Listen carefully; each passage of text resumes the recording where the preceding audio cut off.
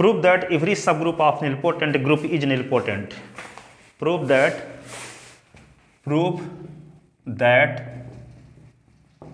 every subgroup of nilpotent group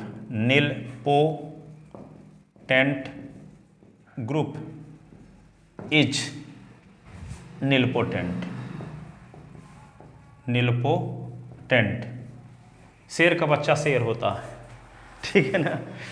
prove that every subgroup of nilpotent group is nilpotent, ठीक है। Nilpotent group का subgroup भी क्या होता है, निलपोटेंट होता है, ठीक है। ये आपको प्रूव करना है, ठीक है। तो ये प्रूव करने के लिए हम क्या करेंगे, कुछ रिजल्ट लिखवाते हैं जिसकी मदद से हम इसको प्रूव कर पाएंगे। सम इम्पॉर्टेंट रिजल्ट, प्रूव करने से पहले नोट लिखवाते हैं, नोट फर्स्ट, फिर प्रूव करने में काम आएंगे, ठीक है। Central series of group G,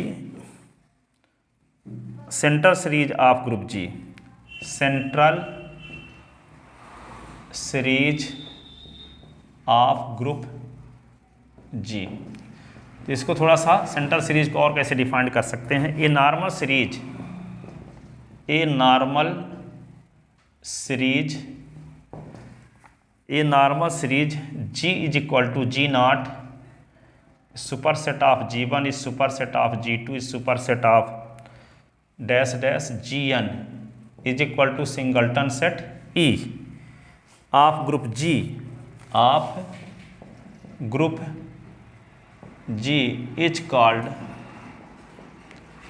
group G is called central series, central series of G if G I minus one upon G I factor group subset हो किसका, centre of G I upon G I plus one का, ठीक है।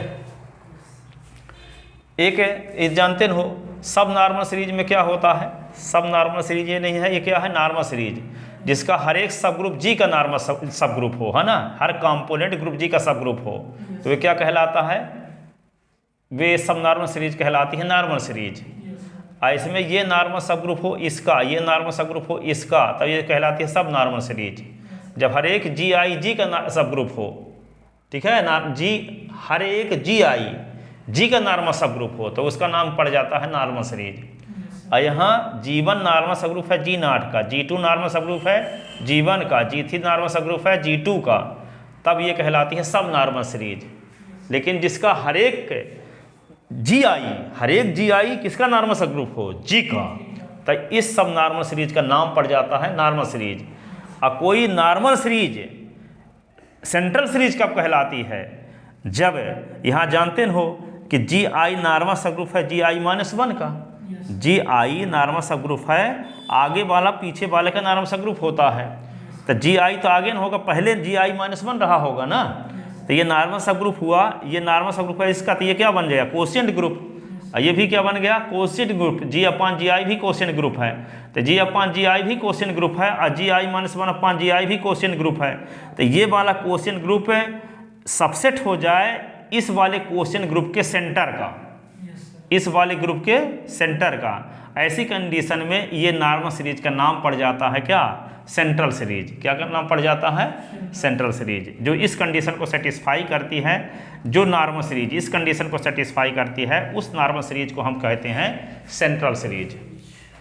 जो normal series इस condition को satisfy करती है, उस नॉर्मल सीरीज को क्या कहते हैं, सेंट्रल सीरीज, ठीक है। ये नॉर्मल सीरीज है, लेकिन ये कंडीशन को यदि सेटिस्फाई करने लगे ये नॉर्मल सीरीज, इसका नाम क्या पड़ जाएगा, क्या नाम पड़ जाएगा, क्या नाम पड़ जाएगा, central series, central series. Note second लिखो, note second, a group G is set to be, a group G is set to be, set to be nilpotent, nilpotent, nilpotent if it has, if it has, it has a central series, a central series, it has a central series. ठीक है। Note third,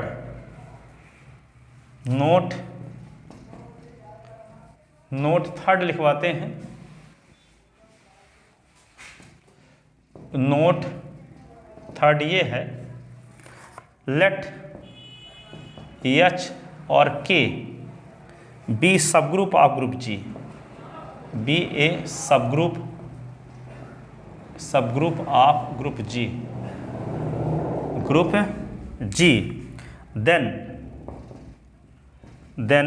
the subgroup of G, subgroup of G generated by, then the subgroup of G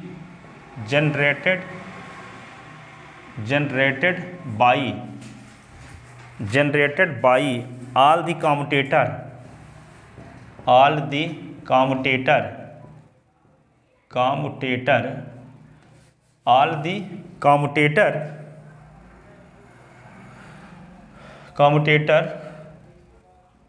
A along B, A और B के commutator, where A belong in H और B belong in K, is denoted by, कैसे लिखते हैं?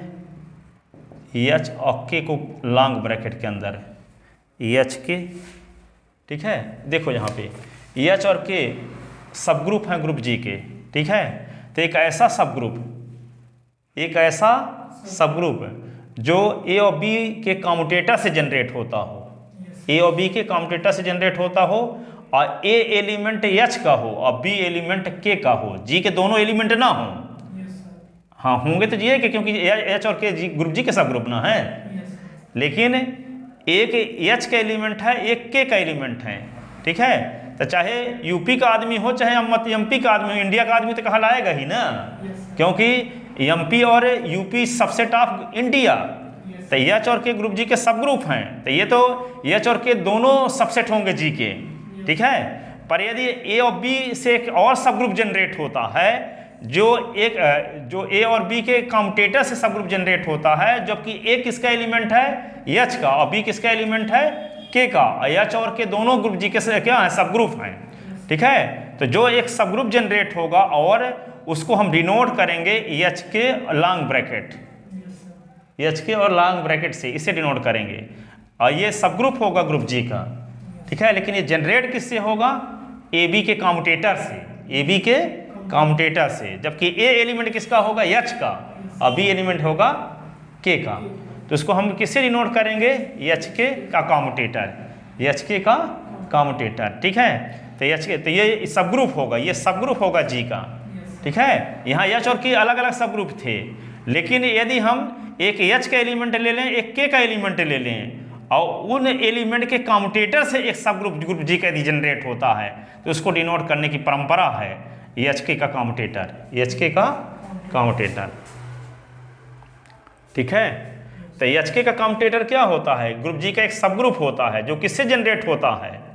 किससे generate होता है? ये यहाँ A inverse B inverse AB such that A belong in H और B बिलोंग इन K, इससे जनरेट हो रहा है। तो ये सब ग्रुप किससे जनरेट हो रहा है? AB के कॉम्यूटेटर से जनरेट हो रहा है, जबकि A किसका एलिमेंट है? H का, और B किसका एलिमेंट है? K का, जबकि H और K दोनों क्या हैं? ग्रुप जी के सब ग्रुप हैं, ठीक है, सब ग्रुप हैं। नोट 4, यहाँ पे HK का कॉम्यूटेटर बराबर KH का कॉम्यूटेटर होता है, यह हमेशा होता है, ठीक है। HK का कॉम्यूटेटर बराबर KH का कॉम्यूटेटर। अब देखो नोट 4 हुआ, ये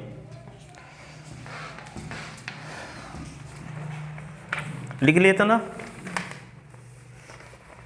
अब एक लेमा का यूज करेंगे हम प्रूव करते समय इस थ्योरम को। नोट 5 लिख लो, नोट 5, आर लेमा भी कह सकते हैं इसको। कोई स्टेटमेंट जो बिना प्रूफ किए उसका यूज किया जाए उसको लेमा कहते हैं। किसी एक महत्वपूर्ण थ्योरम को प्रूव करने के लिए एक छोटी थ्योरम का जब यूज करते हैं, जिसका डायरेक्ट स्टेटमेंट यूज करते हैं, उसको हम क्या कहेंगे? लेमा। ठीक है, तो lemma a normal series, a normal series, a normal series G is equal to G naught superset of G1 is superset of G2 is superset of G3 dash dash superset of GR is equal to singleton set E। कुछ writer इसको इतने ऐसे लिखते हैं, कुछ writer इसी में dash लगाते हैं। ये नहीं कि याद करना है, चाहे दोनों लिखते हैं, चाहे ये लगाओ चाहे ऐसे लिखे रहो, दोनों सही माने जाएंगे। पर ज़्यादा सही ये बिना सुपर सेट वाला है, इसका अनिवार्यता है, इसमें एलिमेंट अधिक हैं इससे। ठीक है, पर कुछ राइटर इसी को ऐसे भी लिख देते हैं, उनको 11वीं 12वीं का अच्छे से नॉलेज नहीं है इसका मतलब। ठीक है, ये क्या है कि इसमें अधिक एलिमेंट हर हाल में है, ये सुपर सेट है, इसका बराबर होने का चांस नहीं है। तब इसको नहीं, बराबर होने का जब चांस होता है तब ऐसे ही लगाते हैं। ठीक है, तो ये सही में ये लिखा जाएगा। लिख ऐसे भी सकते हो, गलत नहीं किया जाता, आप ऐसे भी लिख सकते हो, पर कंप्लीट सही यही है। ठीक है ना, तो यहाँ पे G इज इक्वल टू ये। अब तो ये एक नॉर्मल सीरीज जो इस प्रकार से है, of group G, of group G is a central series, is a central series, central series of G, of G if and only if, if and only if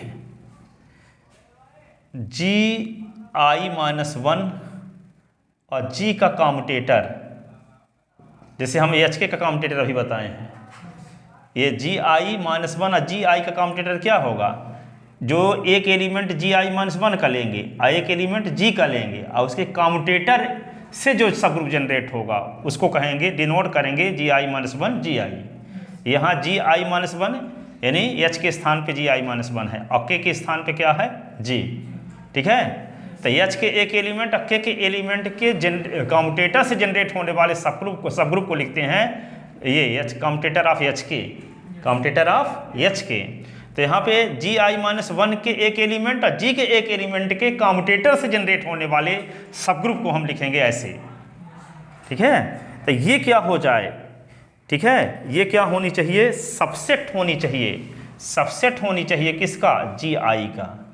तो यदि ये सबसेट हो गया Gi का, ठीक है, तो ये नॉर्मल सीरीज क्या कहलाती है? सेंट्रल सीरीज कहलाती है। लेमा ये कहती है कि यदि कोई नॉर्मल सीरीज के लिए ये कंडीशन आप दिखाने में कामयाब हो गए, ठीक है, तो वह नॉर्मल सीरीज का नाम पड़ जाता है सेंट्रल सीरीज। क्या नाम पड़ जाता है? Central series. सेंट्रल सीरीज के अभी एक और डेफिनेशन बताए थे, लेकिन ये हम इसमें इसी की मदद से प्रूव करेंगे। ठीक है, एक हम सेंट्रल सीरीज एक नॉर्मल सीरीज लेंगे और उस नॉर्मल सीरीज के लिए ये कंडीशन हम सेटिस्फाई करके दिखा देंगे, तो वे उसको क्या कह देंगे? Central series. ठीक है, सब ग्रुप की। और जब सेंट्रल सीरीज सब ग्रुप की दिखा देंगे तो निश्चित रूप से वह सब ग्रुप भी क्या हो जाएगा? निलपोटेंट। वह सब ग्रुप भी क्या हो जाएगा? निलपोटेंट। ठीक है ना, तो यहाँ फॉर किसकी वैल्यू? I की वैल्यू 1 से R तक है। 1 is less than, R is less than, क्या लिख दिए? I की वैल्यू ना, 1 is less than I is less than R equal R। ठीक है, यहाँ जो हम I का मान लिए हैं, ठीक है, तो यहाँ से इनमें से कुछ भी ले सकते हैं जिनका मान 1 से शुरू होगा R तक होगा, क्योंकि G0 तो GA है। यहाँ पे G1 G2 G3 कुछ भी ले लें। ठीक है, यदि हम 1 लेंगे तो 1 माइनस में तो G0 आ जाएगा। तो G0 G सबसेट होना चाहिए किसका? G1 का। 2 लेंगे तो G2 से 1 निकलेगा, तो G2 से 1 तो G1 और G सबसेट होना चाहिए G2 का। ठीक है, 3 लेंगे तो 3 से 1 निकल 2, तो G2 और G सबसेट होना चाहिए G3 का। ठीक है, 4 ले लेंगे तो 4 से 1 निकले 3, तो यहाँ पे G3G सबसेट होना चाहिए G4 का। ठीक है, तब ये नॉर्मल सीरीज क्या हो जाएगी, सेंट्रल सीरीज हो जाएगी ग्रुप जी की। ठीक है, और जब ग्रुप जी की सेंट्रल सीरीज हो जाएगी तो ग्रुप जी क्या हो जाएगा, नीलपोटेंट ग्रुप। क्या हो जाएगा, नीलपोटेंट। ठीक है, तो ये नॉर्मल सीरीज, तो ये नॉर्मल सीरीज जो होगी of group G is central series of G if है एंड ओनली इफ ये कंडीशन सेटिस्फाई हो। समझ में आया? आप देखो एक लेते हैं, थ्योरम को प्रूव करते हैं। एवरी सब group of nilpotent group is nilpotent. ये ग्रुप को प्रूव करने के लिए जिन चीज़ों की ज़रूरत थी उसको हम लिखवा दिए। अब प्रूफ में आते हैं। ठीक है, प्रूफ में आते हैं क्या, एवरी सब group of nilpotent group is nilpotent. किसी नीलपोटेंट ग्रुप का सब ग्रुप लें तो वह भी क्या होगा, नीलपोटेंट। ठीक, तो लिखो proof, proof late G be a nilpotent group, nilpotent group, G be a nilpotent group, so it have central series, so it have central series for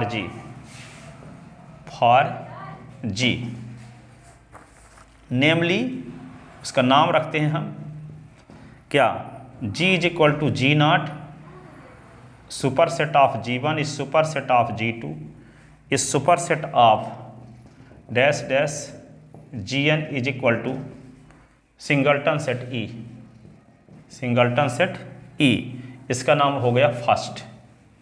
ठीक है, इम्प्लाइज इसमें ईच कंपोनेंट नॉर्मल सब group होगा किसका, जी का, तभी तो normal series कहलाएगा।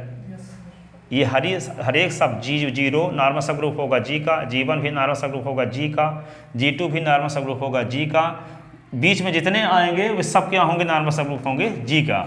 तब कहलाता है ये सब नॉर्मल सीरीज नॉर्मल सीरीज। और जब G1 नॉर्मल सब ग्रुप हो G0 का, G2 नॉर्मल सब ग्रुप हो G1 का, G3 नॉर्मल सब ग्रुप हो G2 का, तो इसको सब नॉर्मल सीरीज कहते हैं।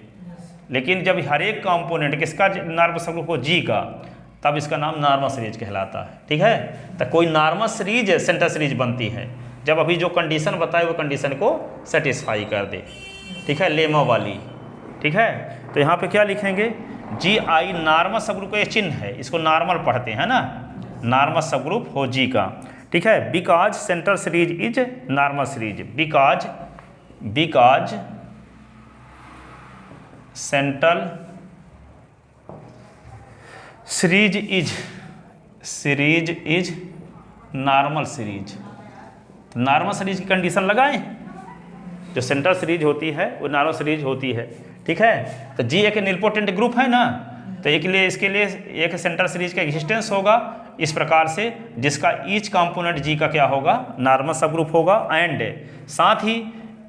साथ ही जब ये सेंट्रल सीरीज होगी ग्रुप जी की, तो यहाँ पे क्या होगा, Gi-1 और G का जो कॉम्यूटेटर सब ग्रुप होगा वो सबसेट होगा किसका, Gi का, लेमा से। होगा कि नहीं होगा? ये बोलती है कि जी हम नीलपोटेंट माने हैं, तो इसी कोई नीलपोटेंट सीरीज का एग्जिस्टेंस होगा, मान लेते हैं नीलपोटेंट सीरीज